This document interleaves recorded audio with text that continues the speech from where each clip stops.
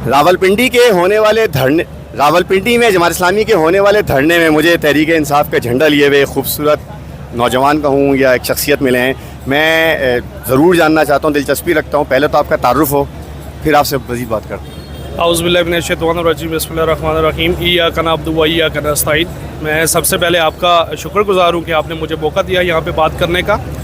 First of all मेरा तल्लुक़ तहसील colour सैदा से और PP7 से मैं बिलोंग करता हूँ। एक्स प्रेसिडेंट हूँ तहसील कलर सैदा से PTI का, और शुमाली पंजाब का डिप्टी जनरल सेक्रेटरी हूँ यूथ विंग का। तो इसके बाद मैं ये बात करना चाहूँगा जी कि ये पहले सॉरी जी, आपको फील तो नहीं हो रहा कि डर खौफ तो नहीं हो रहा? नहीं सर, नहीं कोई डर खौफ होता तो ये फ्लैग बैंक में यहाँ पे ना आता।